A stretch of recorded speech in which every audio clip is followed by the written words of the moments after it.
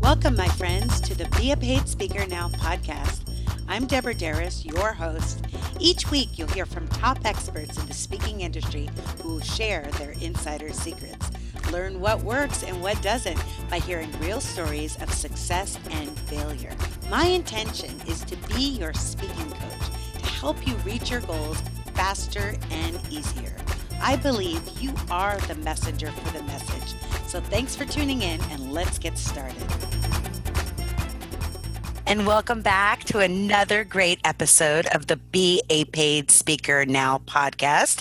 I am your host, Deborah Deras, and we are excited that this episode is being brought to you by Ignite Your Speaking.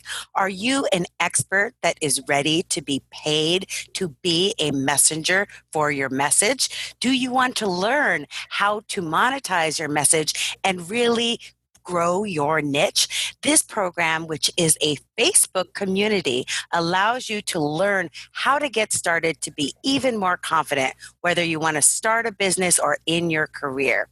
So welcome back. I am so excited because we have an amazing guest that I was referred to highly by one of my dear friends. And she is someone that is going to help you in multiple levels, not just with speaking, but with the business of speaking and how you could book more speaking engagements. And her name is Ventura-Rozen. She is a business performance expert and has over 2 decades of entrepreneur experience. And she is TMG Entertainment's motivational speaker coach of 2017. She's also the CEO of Empowering University and a professional speaking mentor, my friends, showing businesses how to utilize speaking to grow their income. Welcome, Galit. Thank you, Deborah. I was so looking forward to, I don't know, I never met you before, but just you can feel energy over social media. Always. Do you find that? And I was like, this interview is going to be good because she's got some information and just your energy level and just you have a generosity of your spirit. And so Thank you. Those listening, you want to get out your pens and paper and take notes because she's going to give you valuable information that took her 2 decades to receive, and you're going to want to write it down. So why don't you just give people a little bit about your background? How did you start as a professional speaker? It's funny, a lot of us as speakers never said we want to be professional speakers. It just almost falls in our lap because of our area of work with businesses, is that a lot of people get this, oh my gosh, I could never be a professional speaker. So what happened with me is I became an entrepreneur pretty much straight out of the gate once I got my bachelor's degree, opened my own company in commercial real estate. I was pretty much the anomaly because most people that were owning commercial real estate companies in my city, Las Vegas, were either 40 or older and largely male. So what happened was I was being asked at that time to speak about the market or about how to be successful or how to transition from residential to commercial, which is a really big thing and tough to do. And it started quite young, probably in my mid to late 20s. And then what happened was, as many of us, we spent 20 plus years in a career and we're like, wait, I want to do more. So about 8 years ago, I decided I wanted to do more. I didn't know what it was. Went back to school, got my master's degree in marriage and family therapy, thought I wanted to be a therapist. I was a therapist for about 5 minutes and realized that a lot of what I learned in therapy school really is about the model of the mindset and changing your behaviors and your thoughts. Mm-hmm. So I started being asked to speak on a lot of different topics associated with the mindset. And I became a professional speaker in all honesty. I never wanted to speak in front of people, never thought I would enjoy it. Honestly, I won't say terrified of it, but just didn't think it was my thing. But I realized that I could make the largest impact and teach the most from the front of the room instead of sitting one by one. So that really is how I became a professional speaker. And I love that you said that about psychology and the mindset for success, because what I've found in coaching speakers that the people that are out there getting paid to speak, it's because they believe it. Yes. So, like the fundamentals of being a paid speaker is believing that your message is worthy of being heard. Because I coach a lot of people with a lot of degrees and they're very high achievement, but unless you really believe that your message is valuable and worth being paid, and it's hard for some people who are used to having a 9 to 5 job where you're exchanging time for money to even conceive of getting paid $5,000-$10,000 for an hour. So how did you determine your topic and your niche? Because I know a lot of my clients have difficulty identifying what is their niche. Absolutely. It's interesting because you probably can agree with this, and this is probably what you do with a lot of your clients, is a lot of times our areas of expertise are right in front of us, and we start digging and trying to find all these fancy schmancy titles.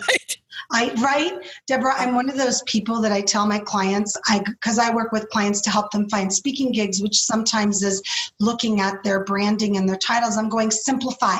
Stop trying to be fancy. I can't even understand what you're going to talk about because of this title.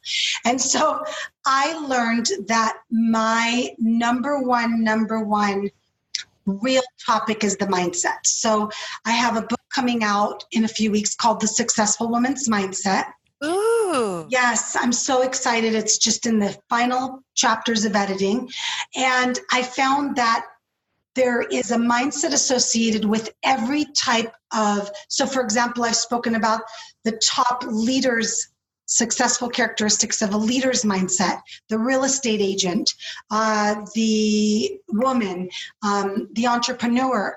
So I found that my topics really stem out of that. So I speak specifically on mindset, on leadership, on, of course, real estate, because I've been in commercial real estate for over 22 years. And that seems to be the topics that have been the most successful for me. And I really appreciate that you said it's like so close to you that you can't even see it. It's like a fish swimming in water. Yes. When I first started doing social media workshops, I never thought that I was an expert at social media. I just thought I liked it. I was interested in it. And then people just asked me to help them and asked me to help them. And when people started asking me to speak on that topic, I'm like, that's ridiculous. I'm not a social media expert. There's so many other geniuses out there, you know, and it's, if you have expertise and knowledge that is going to help an audience to be able to move their goals and visions forward, you're valuable. Right? But Yes. is there like any questions that they could ask themselves to really determine what are their gifts and talents? Absolutely. What do you spend most of your day talking about? And I don't mean your children, your dogs, or your significant other, because we do that. What do you spend most of your day talking about? Now, that's the first thing. The second thing is, what do you talk about so much and you're still not tired of it? So it's really important to recognize that it's those things that we're passionate about. It's those things that we feel so deeply about. You mentioned that at the beginning. You usually know what your area of expertise is, but because it's so close to home, sometimes you need to hire a mentor like Deborah so she can help pull it out of you. But a lot of times what's happening is they're giving you the right exercises or activities to say, what is it? So I'll give you an example. I have a client that's she sells insurance. And she wants to start her own business. I work with a lot of business women that want to start their own businesses and they don't know how. And she said, well, I don't know what I would be good at teaching. And I said, let's step back and talk about what you've been doing for 20 years in your business. Right. So start digging. She's good at organization. She's good at time management. She's good at follow through. I'm like, do you understand how many people are not good at that in their life? Do you know how much you could speak about just those topics and be busy all the time? You always need to look at what your areas of expertise are that you do every single day, but you don't realize it because it's so easy for you. You don't think, like you said, it's worth something, because we have this mentality as humans to think we have to struggle and things have to be hard. We don't realize that sometimes easy is good. Oh my goodness, you are so my people. So I wrote a book called Confessions of an Adrenaline Addict, How to Right. Achieve More with Less Effort. And the whole premise of the book is success with ease and grace, because I had burnt out in my 20s because I thought no pain, no gain. If you're not sacrificing and suffering, just because of my upbringing of my dad coming from Colombia and my other family coming from Latvia and Lithuania, and they just were telling me, you have to, we sacrifice for you. It has to be difficult. And to Right. realize it doesn't. It's No. what is it that's your passion? What is it that's so easy for you, but maybe challenging for other people that you are the expert on? Yes. Yes. I love that. So I know that you are out there speaking. I saw you on these speakers and getting these great fees. How did you determine how much to charge? And was it ever a challenge for you charging the fees that you do? Absolutely. Uh, I determined what I was going to charge through research. I started doing some research on sites just like eSpeakers, where I wanted to look up like-minded speakers, even though they have topics that are similar. So we'll just use leadership for conversation's sake. I looked and I saw what they're charging. And then the second step is I had to make sure I felt comfortable saying it out loud to another professional.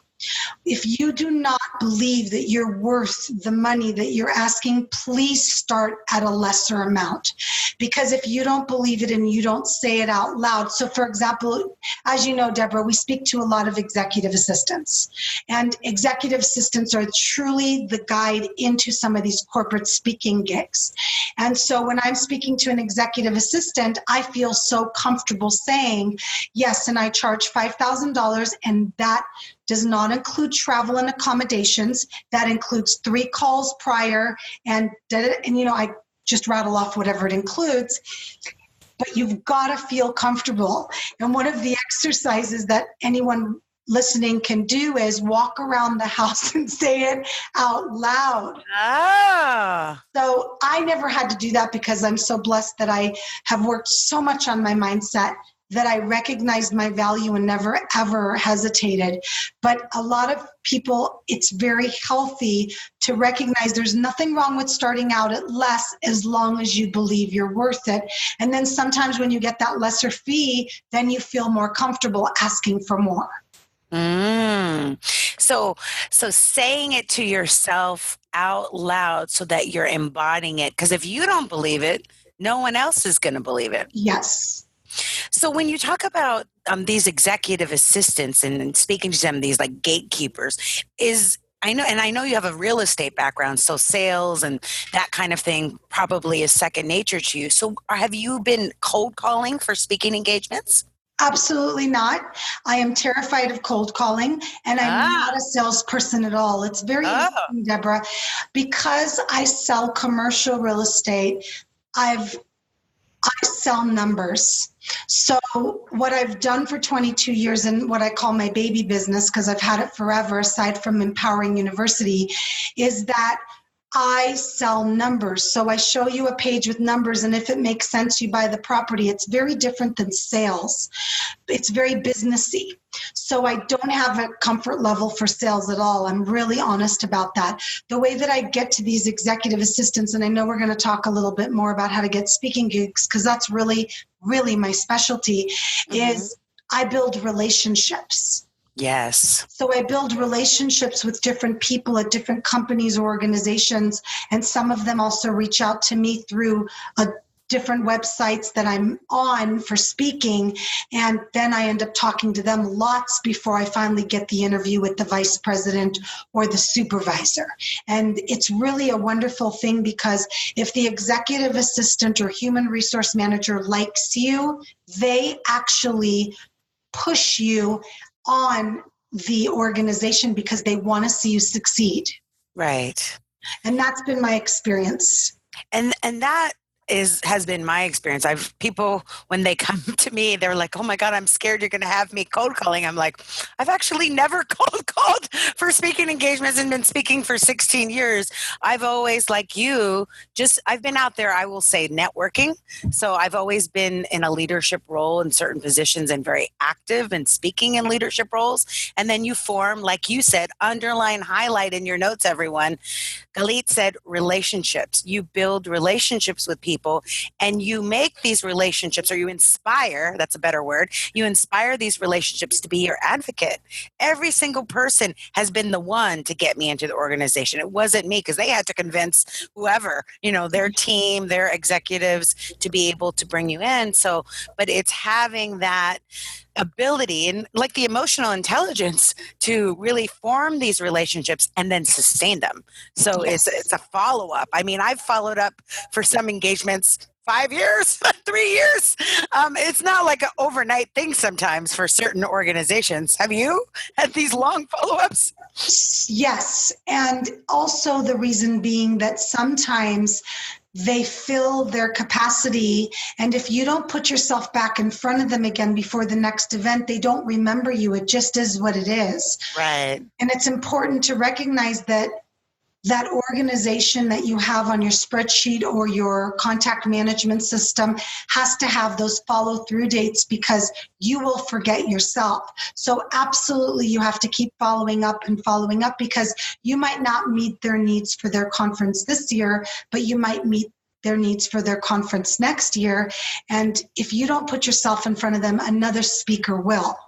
Exactly. Did you hear what she said? I've been saying this on every episode. Contact management system, client relationship management system. It doesn't have to be expensive like Salesforce. You could use an Excel spreadsheet or Act or whatever, but you just need to do something so that you're staying at the top of the mind.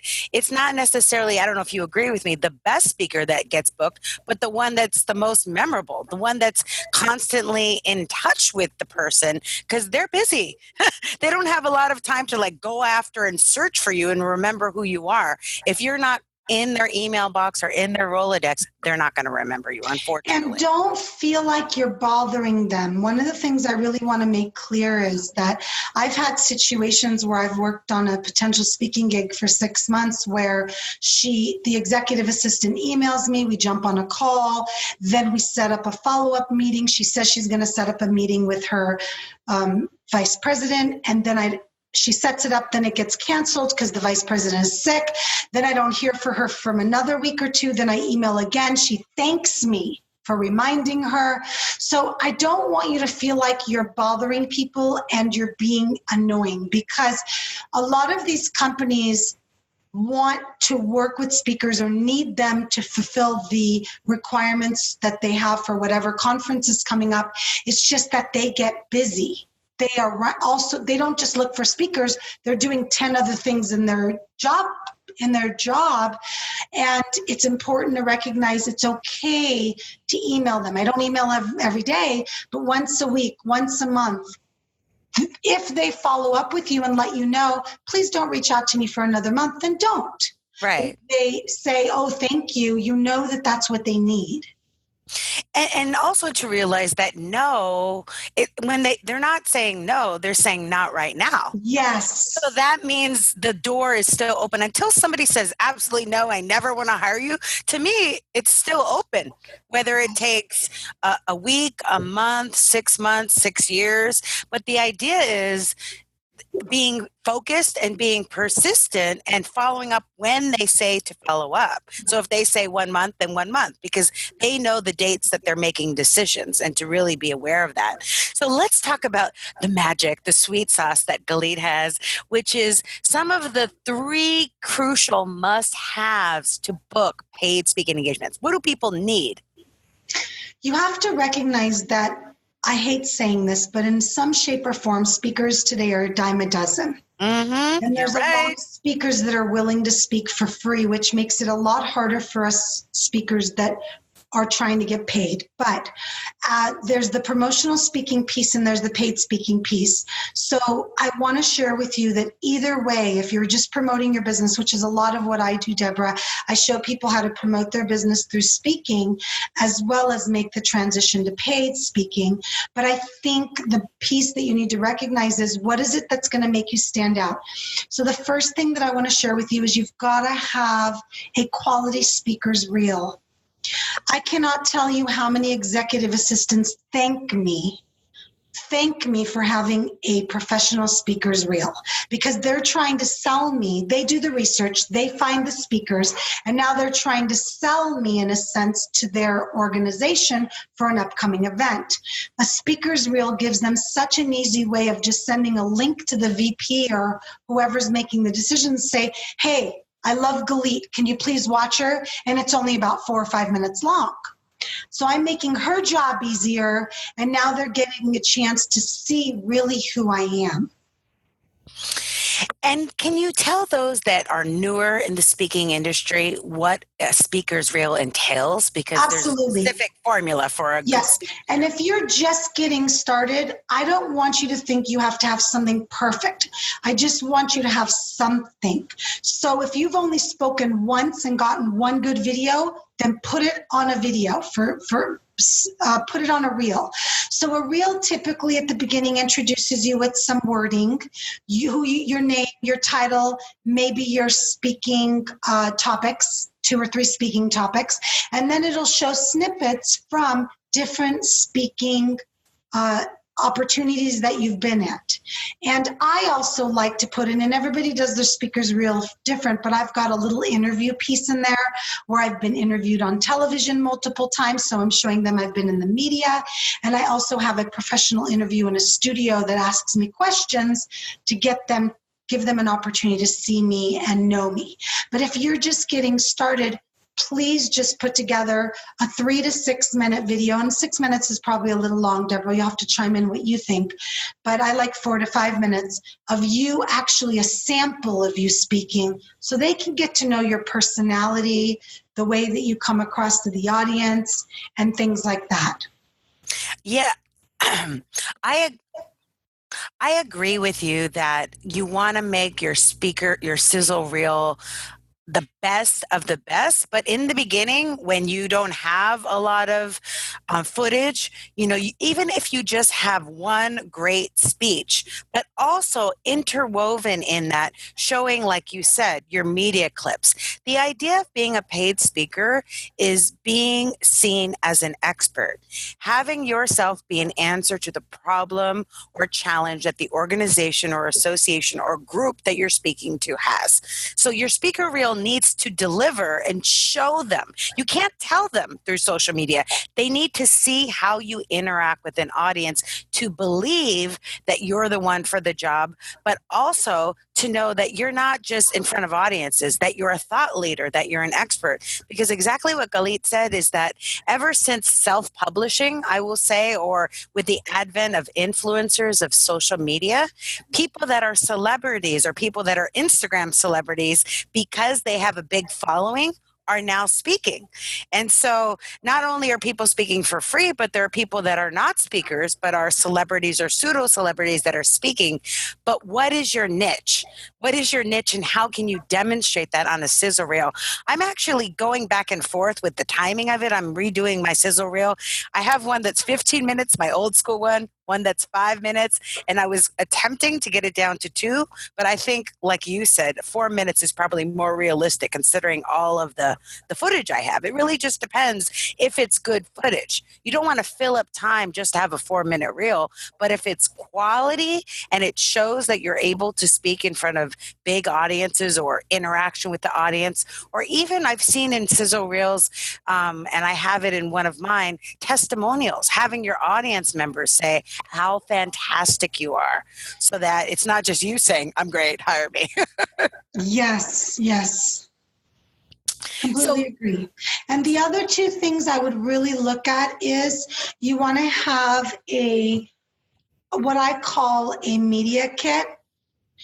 And I love having a media kit because that basically shares in a very professional JPEG, well, it's PDF, but it's beautiful pictures of what topics I speak on, a little blurb on each, any awards I have, any TV appearances I've been on, anything that showcases you in 2 to 3 pages that you can forward that now goes side by side with your reel to show them more concrete. It's almost like a glorified bio, but it makes it very presentable for you. Yes.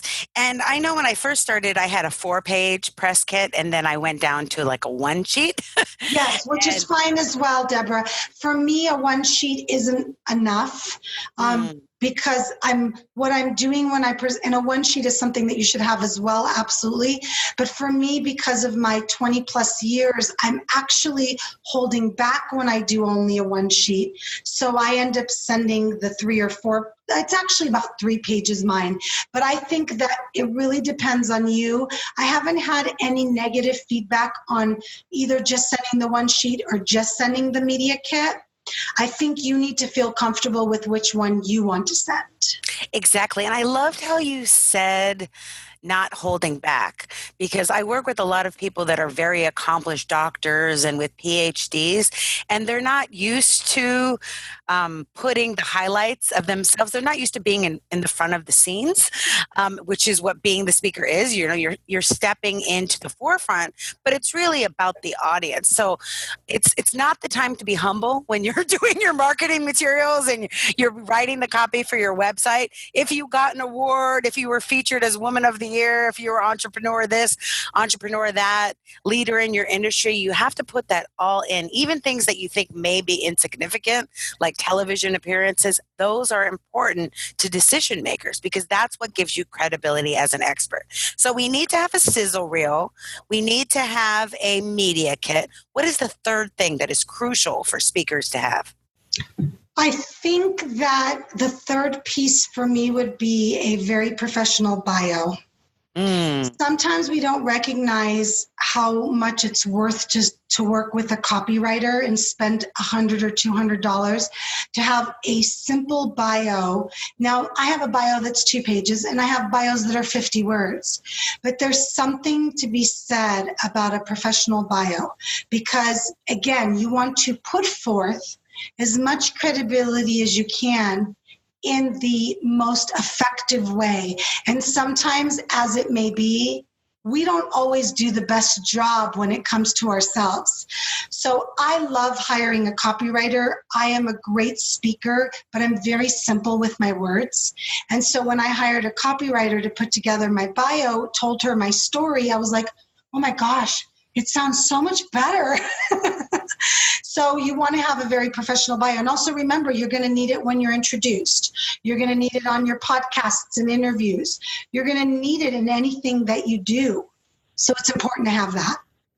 Oh, this is good. I knew that you were going to say things that were going to rock people's world. This is why she is an expert at what she does, business consultant, speaking coach, master speaker, workshop facilitator, all of that. So when it comes to getting repeat speaking engagements, is there any secret sauce that you use to be able to get rebooked? Because it's much easier to build your clientele of existing people that already love you than to start from scratch each and every time. Absolutely. What you want to do is recognize that it's about the relationship. And I'm going to say this for fun, but don't be a diva. Yes. You always hear about those stories of movie stars or singers that are divas. Do the people want to work with them or the ones that aren't? So I make sure that I am very, very approachable and very available. So if sometimes these executive assistants think that they're bothering you. And I said, oh no. The reason that I charge what I do is because you also get these pre-calls and these pre-preparations. And I state everything about them.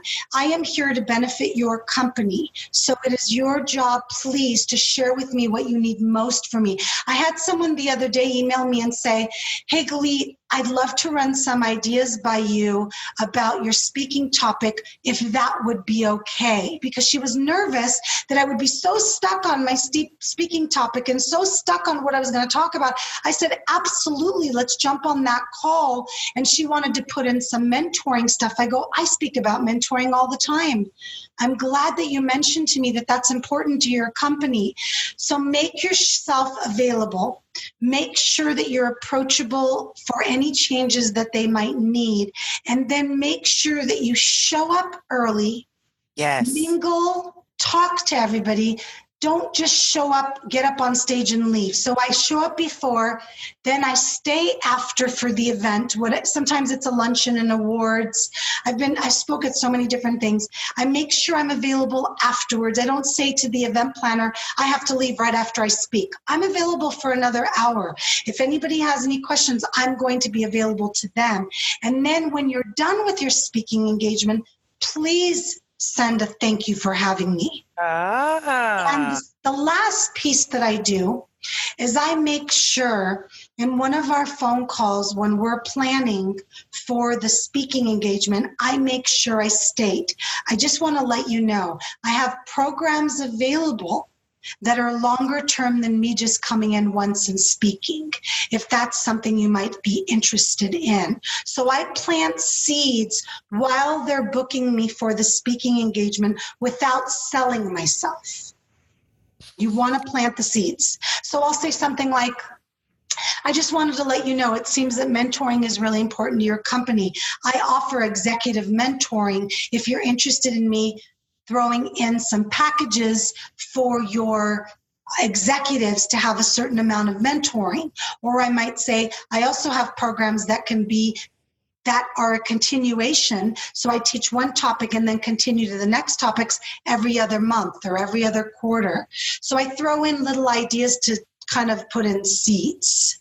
I love it. And you do webinars, don't you? I think I saw on your website. I do virtual workshops, which I just love. I have one coming up on October 13th, and I love them because it allows me to have people from everywhere. And I also do webinars. So the difference, of course, is the master classes or workshops are paid, and then the webinars I just do complimentary. Oh, really? Oh, yes. Wow. Love it. Love it.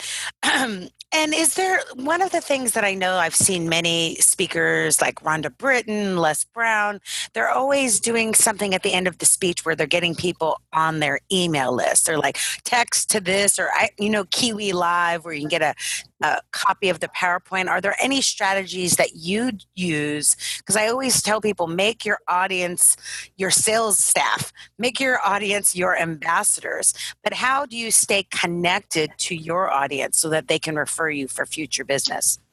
I'm going to answer that in two parts. The first part is easy, and then I'll go into the one that you're asking. The first part is, if you're getting paid to speak, don't do that. When I'm hired to speak in front of an organization or a corporation, I do not do that unless I ask in advance and they say it's okay, or they tell me it's okay. So I do not promote myself when I'm paid. When I'm not paid and I'm doing promotional speaking, I do two things. The first thing that I do is I make sure, if it's a setting where it's possible, that there's something on the tables that has a place for them to take notes. Let's say I'm going to speak about the 5 ways to book more speaking gigs. I'm actually going to have them pre-printed on a piece of paper, 1, 2, 3, 4, 5, with the topic so they can take notes. And then on the back, it's going to either say stay connected or offer them something complimentary, like an opt-in or an upcoming workshop. So I always make sure that I mention it at the beginning. If you guys are interested in taking notes, there's something on the table for you. Please feel free. The topics are already listed. And on the back, there's some information about my company and further information to stay in touch. And then I mention it again at the end as well. I love that. And I think it's really important. Did you hear, everyone? Listen up. The distinction when you're being paid to speak and when it's promotional. I like the way you say promotional, because I often use the F word, free. But people, I don't use the word free, Deborah. I love that you say promotional, because free is like a dirty word. Yeah. I don't use the word free at all. I use complimentary or promotional because people have this mindset associated to the word free that I sometimes think we attract people that are not going to be our ideal client.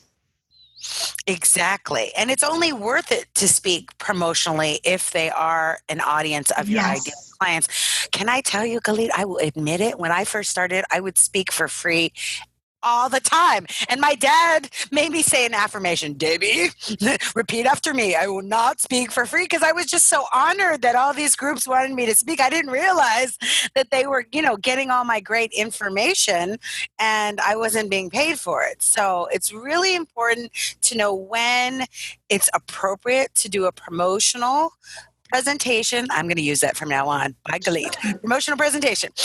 When it can get you more speaking engagements, but not to just give away your services because you are valuable. I think that the way that I determine that and the way I teach my clients to determine it, Deborah, is are you going to be speaking for one of two things? Number one, are you going to be speaking in front of your ideal audience? Yes. Okay. Yes. Then absolutely. If it works for you, go for it. But make sure you ask in advance certain questions.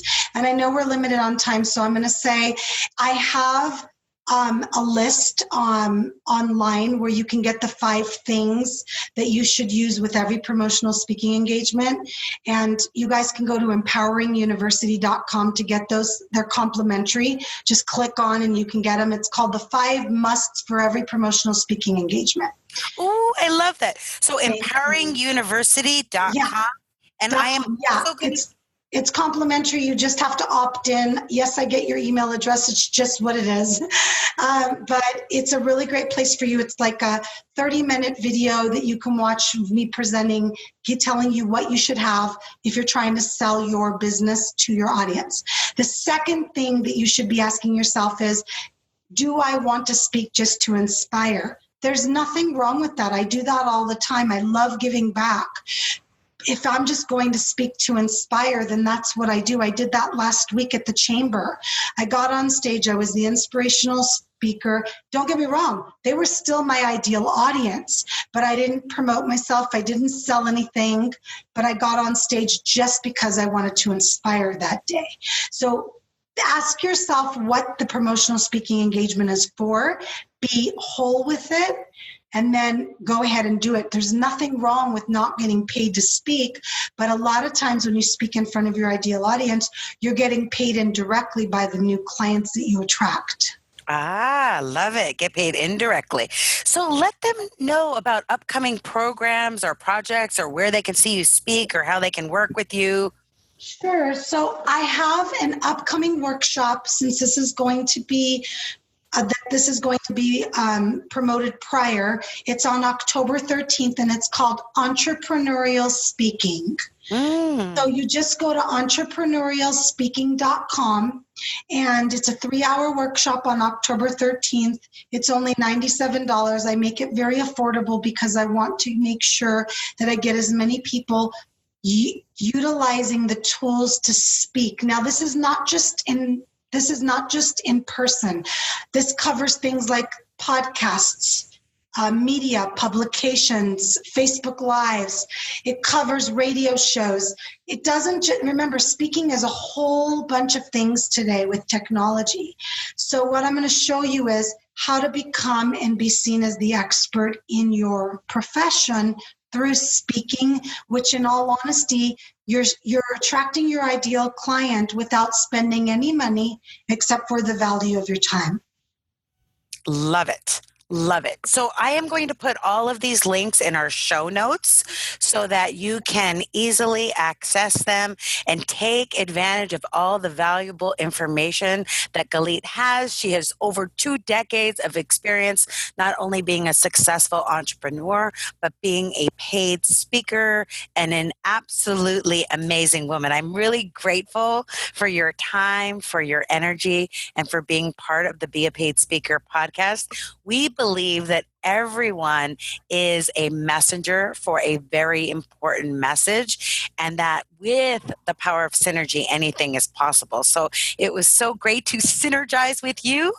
And I look forward to all of you connecting with Khalid and really utilizing her services and programs and being inspired. Because if one person can do it or has done it before you, that means that you can do it. So thank you so much. Really appreciate it. Thank you, Deborah. Thank you so much. And they can find me through all social media through my full name, Galit Ventura-Rozen, and that's also my website.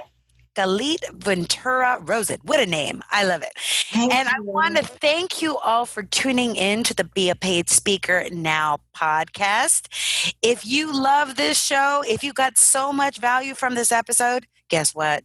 Sharing is caring. So share it on your social media. Send a link to your friend via email or text. And if you'll do me a favor, write a great review on iTunes. The more great reviews we have, the more people are going to be out there to speak their truth. And we're living in a time and age where everyone needs to have their voice be heard. And we need to have that courage to be on stage and to really get our message out to the masses. So I really appreciate you. And once again, this show was sponsored by the Ignite Your Speaking community. If any of you are interested in being paid for your expertise, this is a great place to get started at igniteyourspeaking.com.